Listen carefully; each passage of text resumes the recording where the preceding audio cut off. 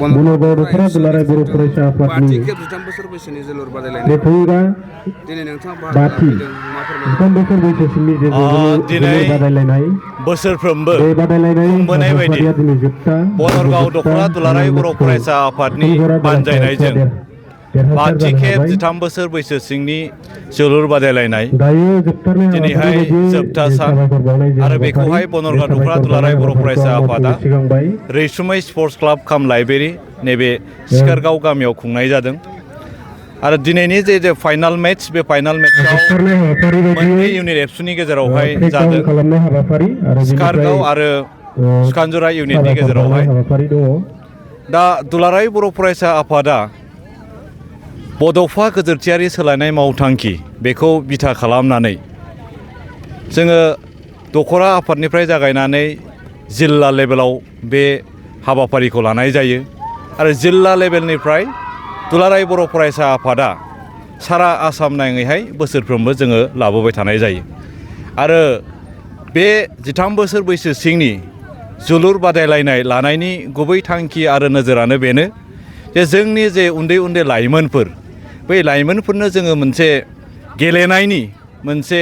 थासारि परिबेस बिथांमोननो जगायनानै होनाय बेजों लोगोसे जोंनि बर'फोरनिफ्राय जे गेलेगिरि बिथांमोनखौ बिथांमोननि जे केरियार गेलेमु बिथिङाव बै नोजोरखौ लाखिनानै बे हाबाफारिफोरखौ लाबोबाय थानाय जादों जे बर'फोरनि गेजेरनिफ्राय जेन' जोङो स्टेट लेभेलनि नेसनेल लेभेलनि आरो इन्टारनेसनेल लेभेलनि फैबाय थानायहाय समावहाय जोङो बेबायदि राफोद गेलेगिरिफोर जोङो मोननो हायो बे हिसाबैहाय बोसोरफ्रोमबो बे हाबाफारिखौ लानाय जायो गोजोन्थों मिरु एबसुआबो खुंबोबाय थादों 13 बोसोर बैसोनि बे जोलुर बादायलायनायखौ देग्लाय माब्लानिफ्राय जागोन मिरु एबसुनि बे बादायलायनाया दायो जिहेथु गासै आसाम नाङै गुबुन गुबुन जिल्लायावहाय बे हाबाफारिया सोलिबाय थानाय जादों दायो जोङो दासिमबो बिनि डेटखौहाय थि खालामनाय जायाखै फैबाय थानाय समावहाय जिल्ला पर्याया जोबनायनि उनावहायनो जोङो मिरुआ बेखौहाय खुंफुंनो थाखाय उननि समावहाय जों थाबैनो थामथिम लागोन बैसोनि जोलुर बादायलायनाय माब्लानिफ्राय खुंफुङामोन आरो दिनै फाइनालाव बबे हान्जाया देरहाखो बड'फा गोजोरथियारि सोलायनाय मावथांखि बे मावथांखिखौ बिथा खालामनानै बनरगाव दख'रा दुलाराय बर' फरायसा आफादा बोसोरफ्रोमबो खुंबोबाय थानाय बायदि देग्लायबो सिखारगाव दालाय एबसुनि सिङाव थानाय रैसुमै स्पर्ट्स क्लाब काम लाइब्रेरिनि जे गेलेग्रा फोथाराव थांनाय 15 जुलाइनिफ्राय जागायनानै दिनैहाय 20 जुलाइ बे अक्ट'सिम जोङो दिनै खुंफुंनाय जाबाय आरो दिनैहाय जोङो फाइनाल मेच हिसाबै जोङो हाबाफारिखौ खालामनाय जादों बनरगाव दख'रा दुलाराय बर' फरायसा आफादा जे जोलुर जे खुंफुंनायनि गेजेरजों जे उन्दै उन्दै लाइमोनफोरखौ गावनि केरियार दानायजों लोगोसे जे समाजारि माखासे बेरेखा हाबा जेरखम निसा बुस्थु जानाय ड्राग्स जानाय बेफोरनिफ्राय माबोरैहाय रैखा मोनहोनो हायो बेफोरखौ नोजोर होनानै बोसोरफ्रोमबो बड'फा गोजोरथियारि सोलायनायनि जे मावथांखि बेखौ बिथा खालामनानै खुंबोबाय थानाय जादों दा दिनैनि जे फाइनाल बादायलायनाय बे फाइनाल बादायलायनाया सुखानजरा दालाय एबसु आरो सिखारगाव दालाय एबसुनि गेजेराव बादायलायनाय जादोंमोन आरो दिनैनि जे फाइनाल बादायलायनायखौ सुखानजरा दालाय एबसुआ 1 गलाव देरहासार जानानै दिनैहाय देरहासारनि ट्रफिखौ लानो हादों दिनैहाय बनरगाव दख'रा दुलाराय बर' फरायसा आफाद हिसाबै जोलुरजों मोनसे नाम दोननाय मोनसे जोंनि एरिया हिसाबै दङ बर'नि जे जोलुरनि राजा हिसाबै जे जोंनि बनरगाव दख'रा दुलाराय बर' फरायसा आफादनि सिङाव थानाय जे खाग्राबारिनिफ्रायनो जे बिनद दाब्ला जे जायखौ जों जोलुरनि राजा हिसाबै जोङो बिमुं होदों बिथाङाबो जोंनि दख'रा एबसुनि सिङावनो जोनोम मोननाय सासे फुटबल गेलेगिरि आरो बेजों लोगोसे जोंनि बनरगाव दख'रा एबसुनि सिङावनो आरो खाग्राबारि गामिनिनो जे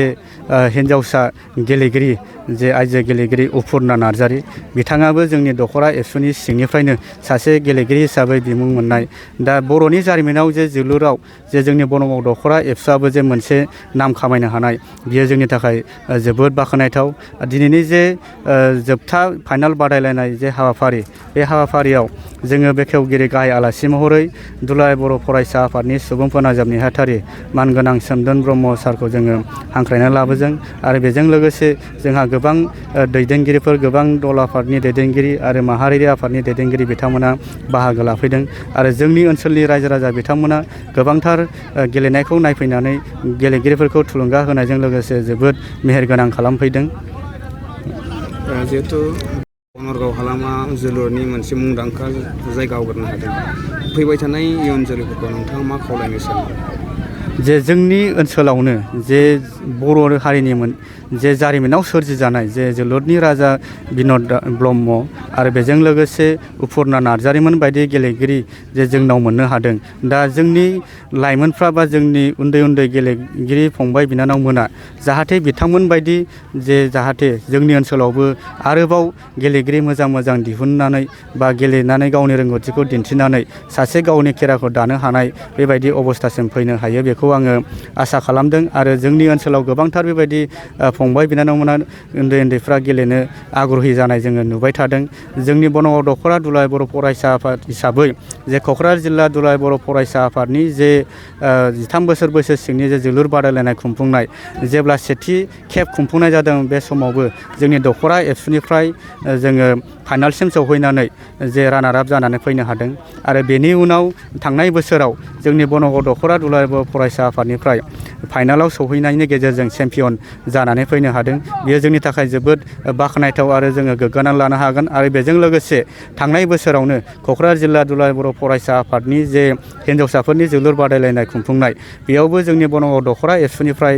जे फाइनालसिम सौहैनानै रानार आप जानो हानायाबो जोंनि जे ओनसोलनि आरो दख'रा आफादनि मोनसे बाख्नायथाव होननानै जों सानदों आरो उनाव जे जोंनि लाइमोनफ्रा बिथांमोननि जे देरहासार जानाय बेखौ नुनानै जे गेलेनो थाखाय थुलुंगा मोनगोन आं बेखौ आसा खालामनाय दं। गोजोन्थों।